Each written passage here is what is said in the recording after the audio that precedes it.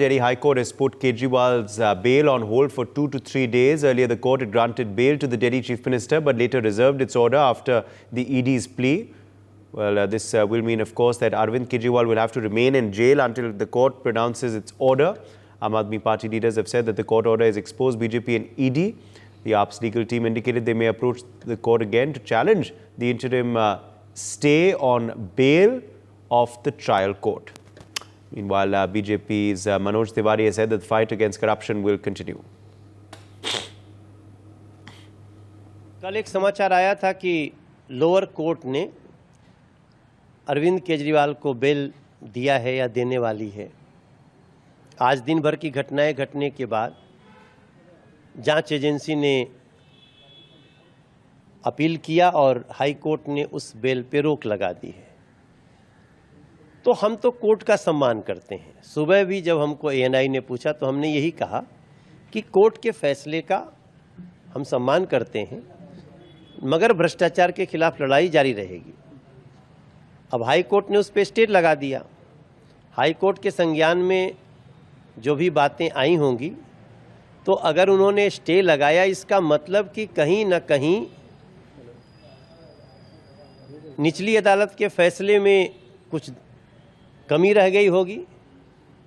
तो एक सांसद होने के नाते हमारा कोर्ट पे विश्वास है, जांच एजेंसियों पे विश्वास है और हमें पूरा विश्वास है कि कोई कितना भी कुचक्र रच ले, दोषी को सजा मिलेगी और जो निर्दोष होगा वो बचेगा। लेकिन संजय सिंह और आम है कि ये अनकॉन्स्टिट्यूशनल है और कहीं ना कहीं मोदी जी जो है जाइब करते हुए दिखाई दे रहे हैं। मौकरी ये कहीं ना कहीं जो टेम्परेरी स्टे किया, जो ऑनरेबल ईडी कोर्ट का जो ऑर्डर आया था, बेल ऑर्डर अरविंद केजरीवाल जी का, उसको चैलेंज करते हुए ईडी हाई कोर्ट में आई, सुबह मेंशनिंग किया और कोर्ट ने कहा कि आज हियरिंग के दौरान हम उस नीचे वाले ऑर्डर को स्टे करते हैं।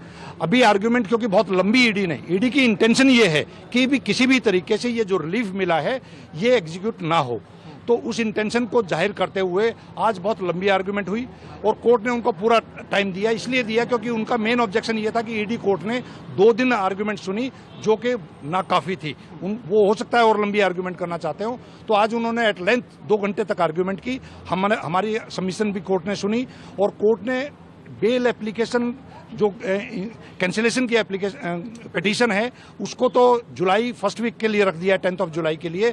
लेकिन जो स्टे मांगा है, स्टे एप्लीकेशन को डिसाइड करने के लिए तय किया है कि बाई मंडे और ट्यूसडे तक उस पर कोई ना कोई कोर्ट ऑर्डर देगी। उस Ashish Sinha is joining us for more details on this story. Ashish, clearly, of course, no relief yet for Arvind Kejriwal.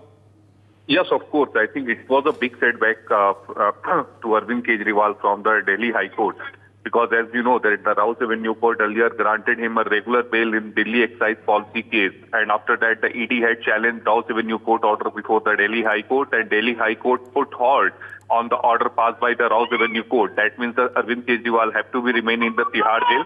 Meanwhile, court had reserved the order on the application filed by the Enforcement Directorate challenging the Rouse Avenue Court order. Court said that we are going to pronounce its order within 3 or 4 days. That means Monday or Tuesday the court will pronounce its order. However, the court had asked Arvind Kejriwal to file response on the ED's petition. So it remained to be seen that Arvind Kejriwal get any relief from the Delhi High Court or not. For more such videos, subscribe to the NewsX YouTube channel, hit the bell icon.